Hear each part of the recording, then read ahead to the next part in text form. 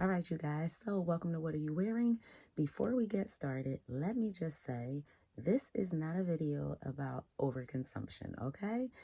Once we get into it, you'll understand what I mean, but don't get down in my comments talking about how much of what I have. I know, but I've been building my wardrobe for, I'm going to go out on a limb and say about 25 years now, and a lot of my pieces may even be a little older than that depending on what they are, but I have learned to really hold on to the things that I love the most. And right now I'm in a space where I'm not buying anything unless I really love it.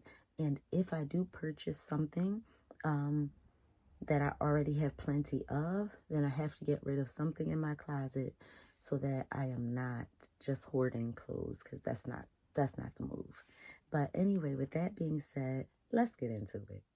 Today's topic is going to be choosing and customizing the perfect winter coat. Come on. And I know you're saying to yourself, Jordan, why are we talking about coats and it's about to be spring? Because now is the time.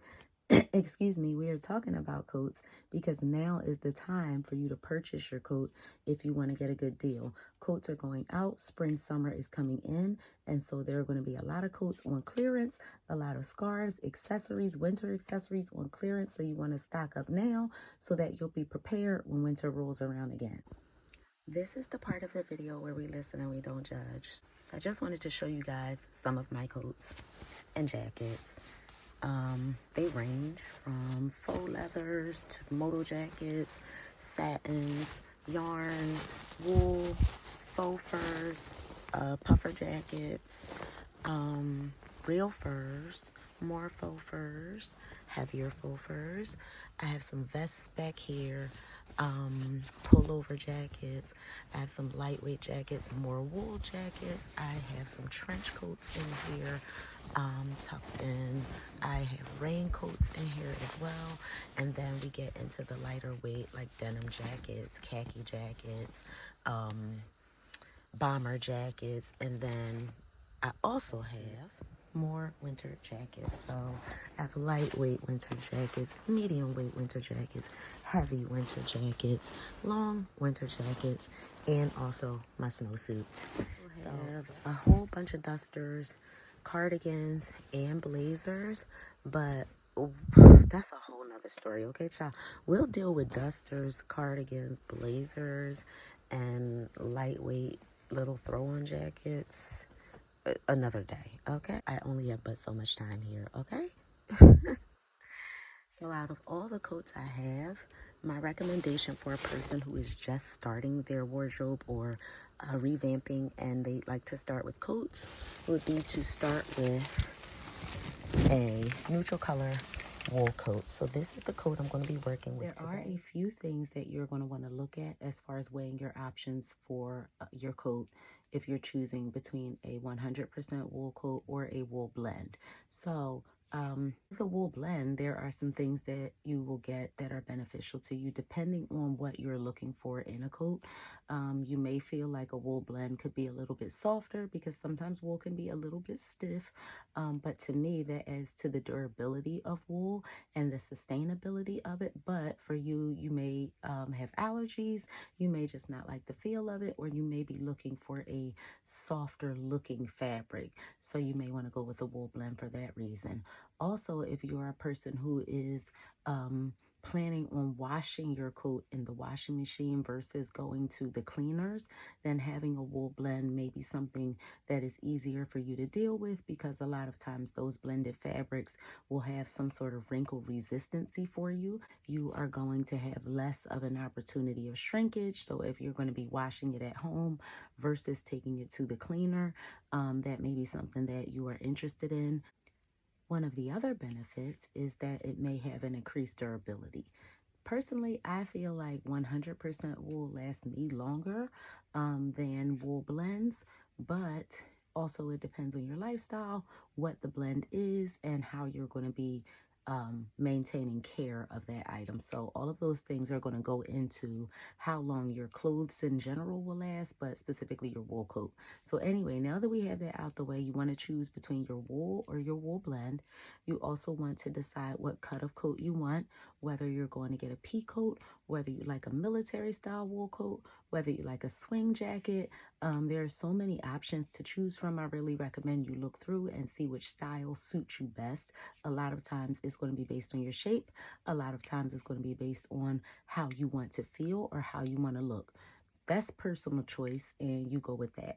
Now, when you're choosing your wool coat, you got your basic black or neutral, whatever is your shtick, whatever goes with your wardrobe. Black happened to work best for mine.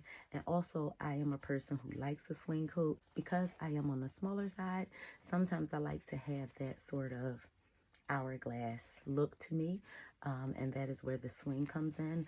I also feel like based on my lifestyle, a swing coat works better because it is able to be dressed up in a different way, meaning it looks more elegant to me when worn with cocktail dresses or evening gowns, as opposed to like a military or just a straight up pea coat style. All right, you guys, so this is my wool coat. Okay. So the first thing you want to think about when you have a basic coat and how to jazz it up is going to be a scarf. For me, scarves, as you can see, I have plenty of them. Scarves are the best way to add a pop of color to your wool coat, and also add another layer of warmth. They can also double as a hat for women who have different hairstyles and don't want to cover it with a hat, or men, whatever. Sometimes you don't want your hair pushed down, and I get that. So scarves are going to be an ultimate option for me. Aside from scarves, I also like belts, pins, and patches. Today, even though I have clearly a lot of scarves, I am going to be working with this one because it is the size that I need, meaning it's wide enough, and also it is a neutral color in my opinion. Camo is a neutral, and also because it matches one of the belts I want to wear. So I'll show you guys what I mean. All right, so my favorite scarves are actually pashmina scarves, but you want to start with a scarf that is really wide. Get the longest and widest scarf you can find. Depending on your height, you may want to go longer. Depending on your width, you may want to go wider, right? Okay, so this is my camo scarf, and I like these wide scarves because you can wear them in a multitude of ways, but this is how I like to wear my scarf.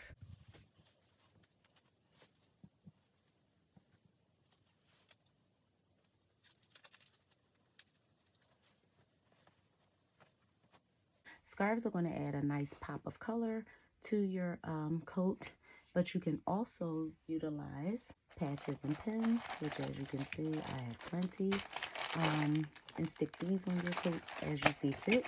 I do recommend going with pins with magnetic backings because they are less intrusive to your clothes and less damaging. So instead of keeping the belt that came with your coat, you can always switch it out.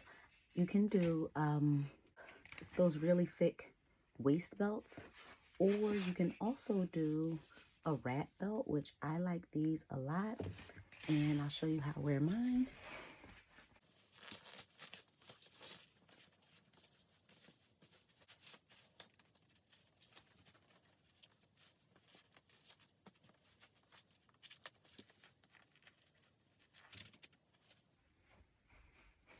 All right, and as you can see, just like that, I've taken my coat from basic to a nice little pop.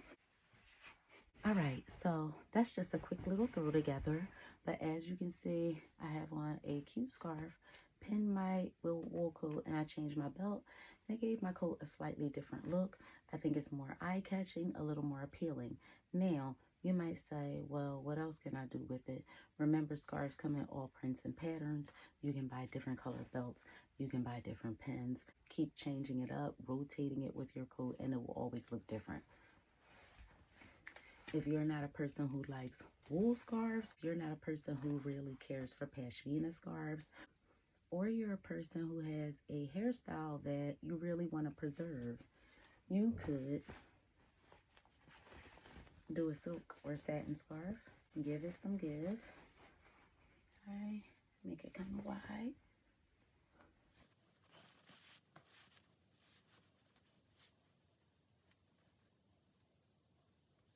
This one you can leave outside of your coat, or you can actually tuck it in this way. And if you want to know a nice trick for keeping these on, I actually like to use little hairpins. So I have these that have bubbles on them, but I'm not going to use these for this video. I'm going to hold these on. So hairpins are a really good way to keep your satin scarf on. And honestly, with a satin scarf is super fly because you can pull it forward as much as you like and then maybe wear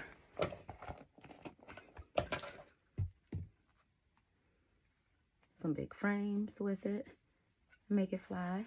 Or you can pull it back, use your hairpin,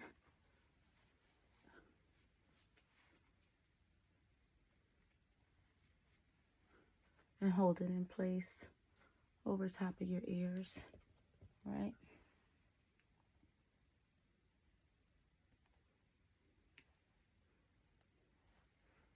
Now keep in mind, I'm just sticking this in. I'm not going to do this. I'm not going to OD on this, but of course this will be a little bit neater and you can have it as tight as you see fit. I don't like mine tight because when the scarf shifts, it turns into a whole problem, but you can hold your scarf on with pins if you like. Put your frames back on. Boom.